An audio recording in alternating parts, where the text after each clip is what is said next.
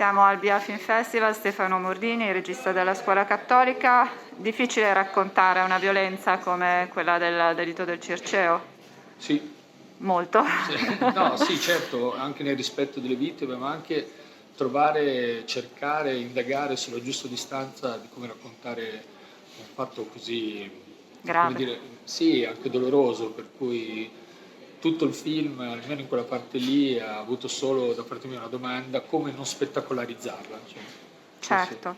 Perché intitolare la Scuola Cattolica? Perché il libro si chiama Scuola Cattolica, Esatto, quindi... no, a parte il libro, cioè perché la No, scelta comunque è di essere fedeli al testo oppure...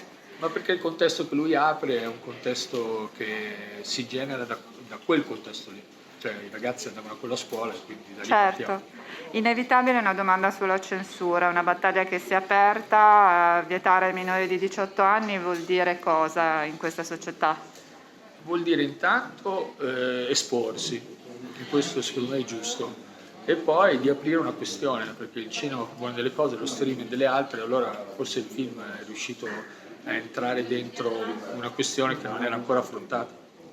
Una questione da affrontare però perché Certo, molti film certo, portano certo. all'attenzione del Però pubblico spetta agli episodi. organi, cioè, voglio dire, noi autori Certo, non ci voi dobbiamo autori. preoccupare di questo. Grazie mille. Prego.